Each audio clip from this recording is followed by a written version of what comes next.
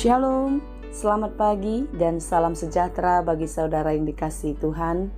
Dimanapun saudara berada, semoga baik dan tetap penuh semangat ya. Tetaplah percaya dan berpengharapan di dalam Tuhan kita. Sebelum kita melanjutkan aktivitas, mari kita meluangkan waktu untuk mendengar dan merenungkan firman Tuhan yang ditetapkan bagi kita pada hari ini. Marilah kita berdoa. Ya Allah Bapa yang Maha Baik, kami bersyukur untuk penyertaan-Mu di dalam kehidupan kami.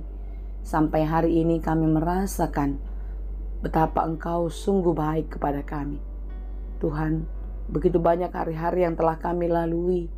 Kami sering sekali mengecewakan-Mu, tetapi Engkau selalu menyertai dan memberi kesempatan bagi kami untuk memperbaiki kehidupan kami.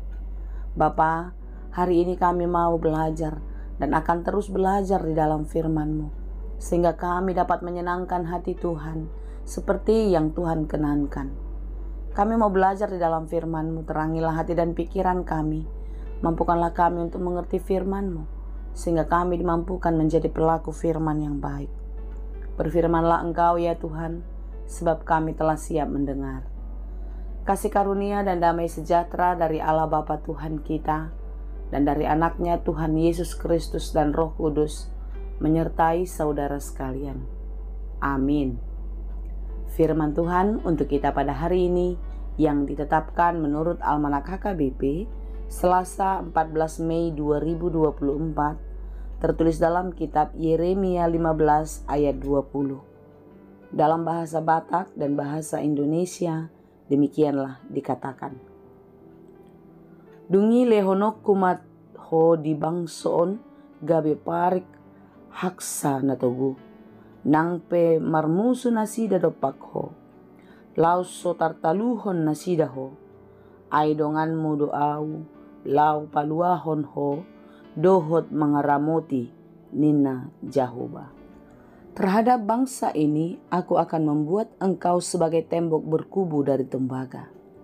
Mereka akan memerangi engkau, tetapi tidak akan mengalahkan engkau, sebab aku menyertai engkau untuk menyelamatkan dan melepaskan engkau. Demikianlah firman Tuhan. Yeremia, Nabi Allah yang turut menderita di dalam pembuangan Babel. Bangsa Israel dibuang, dihukum karena dosa-dosa mereka, karena hati mereka yang jahat terhadap Tuhan. Tuhan tidak mau diduakan. Tuhan tidak mau dihianati, sehingga Tuhan menghukum bangsa itu dibuang ke negeri yang tidak diketahui oleh mereka, termasuk Yeremia ikut di dalamnya. Di dalam pembuangan ini tentu Yeremia merasa penderitaannya sangat dalam, penderitaannya sangat besar, padahal dia tahu apa yang dia perbuat tidak melukakan hati Tuhan. Dia taat, dia baik, tetapi kenapa dia ikut menderita? Saudara yang dikasihi Tuhan, terkadang kita merasa apa yang telah kita perbuat adalah menjadi satu jaminan untuk kita tidak mendapatkan sesuatu yang mengecewakan. Untuk kita tidak mendapatkan sesuatu yang menyakitkan. Padahal kita perlu menyadari segala sesuatu diizinkan oleh Tuhan untuk kita nikmati, untuk kita jalani agar kita semakin mengerti bagaimana Tuhan bekerja dalam hidup kita. Bagaimana kita sungguh-sungguh menyerahkan kehidupan kita kepada Tuhan. Saudara yang dikasihi Tuhan, renungan kita pada hari ini adalah pergumulan Nabi Yeremia, di mana dia merasa sangat tertekan, merasa sangat menderita. Hal ini boleh kita baca di dalam Yeremia 15 ayat 10. Celaka aku ya ibuku, bahwa engkau melahirkan aku. Dari kalimat ini tersirat seakan-akan ada penyesalan. Mengapa saya lahir ke dunia ini kalau hanya untuk menderita? Yeremia merasa sangat tertekan, merasa sangat menderita saudara. Lalu dikatakan lagi dalam lanjutan di ayat 10 itu, seorang yang menjadi buah perbantahan dan buah perceraian bagi seluruh negeri.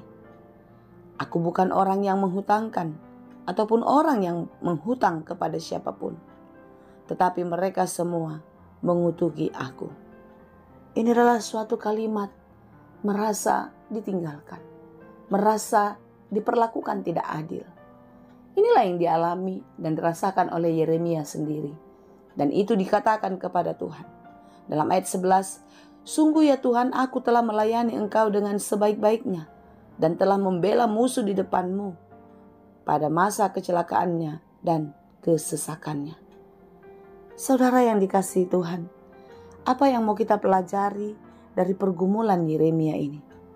Sebagai manusia, kita memang mungkin mengalami hal yang sama. Kita sudah berbuat baik, kita sudah melakukan hal-hal yang menurut kita sesuatu yang sudah benar, tetapi kenapa kita masih mengalami kesulitan? Disinilah kita mau belajar. Jika semuanya itu diizinkan terjadi kepada kita, Tuhan mau membuktikan kesungguhan dan ketaatan kita. Karena apa? Karena memang di atas ayat yang menjadi renungan kita pada hari ini, di ayat 19 dikatakan, karena itu beginilah jawab Tuhan, jika engkau mau kembali, aku akan mengembalikan engkau menjadi pelayan di hadapanku. Dan jika engkau mengucapkan apa yang berharga dan tidak hina, maka engkau akan menjadi penyambung lidahku. Biarpun mereka akan kembali kepadamu, namun engkau tidak perlu kembali kepada mereka. Apa yang dikatakan ini adalah menjadi suatu jaminan bahwasanya kesempatan itu selalu ada. Menjadi jaminan kalau Tuhan itu selalu membuka pintu berkat keselamatan bagi kita. Oleh sebab itu saudara-saudara, kembalilah sebagaimana seruan Allah kepada Yeremia. Jika engkau mau kembali. Jika engkau mau kembali. Berarti kesempatan selalu ada, bukan? Dan itu adalah pilihanmu.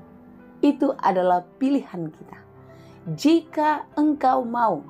Jika kita mau. Nah, kalau kita mau, lakukanlah. Apa yang harus kita lakukan?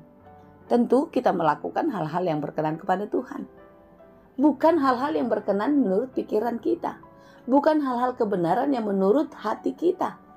Tapi lakukanlah menurut Tuhan. Ketaatan kepada Tuhan sungguh-sungguh seperti yang dikehendaki oleh Tuhan. Apa? Menyangkal diri dan memikul salib. Menyangkal diri berarti kita menolak segala keinginan-keinginan kedagingan kita. Keinginan-keinginan dunia yang kita anggap dapat memberikan kebahagiaan kepada kita. Dan juga kita harus mampu kuat memikul salib. Memikul salib berarti kita mampu menanggung beban. Mampu menghadapi tantangan di dalam pengharapan kepada Tuhan. Amin.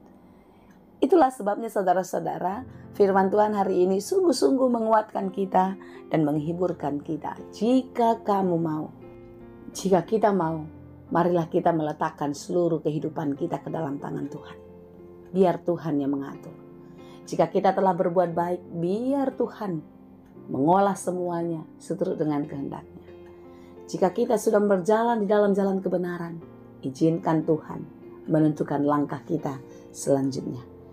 Ketika kita diizinkan untuk mengalami pergumulan, jika kita diizinkan kembali mengalami kesulitan, percayalah, itu tidak akan mampu mengalahkan kita. Amin. Seperti apa yang dikatakan di dalam renungan kita pada hari ini. Terhadap bangsa ini aku akan membuat engkau sebagai tembok berkubu dari tembaga. Mereka akan memerangi engkau, tetapi tidak akan mengalahkan engkau. Lihat. Begitu banyak tantangan, begitu banyak persoalan, begitu banyak pergumulan. Tak satu pun yang akan mengalahkan kita. Amin. Karena apa? Karena Tuhan selalu menyertai kita. Karena Tuhan selalu menolong kita. Seperti apa yang dikatakan. Sebab aku menyertai engkau untuk menyelamatkan dan melepaskan engkau. Dan itu berlaku sampai hari ini. Janji Tuhan tetap abadi selama-lamanya. Tuhan tidak pernah meninggalkan kita. Dia selalu menyertai. Oleh sebab itu jalani hidupmu dengan penuh pengharapan, dengan penuh semangat sukacita. Yakinlah engkau akan mampu melewatinya karena Tuhan menyertai. Amin. Terima kasih Tuhan untuk kasih-Mu. Terima kasih Tuhan untuk firman-Mu yang terus menguatkan dan menghibur hati kami. Jangan biarkan kami jatuh oleh berbagai-bagai pergumulan dunia. Tetapi biarlah di dalam kasih-Mu kami tetap kuat dan kami yakin Engkau akan menolong dan memenangkan kami. Terima kasih Bapa. Hanya di dalam Yesus kami berdoa.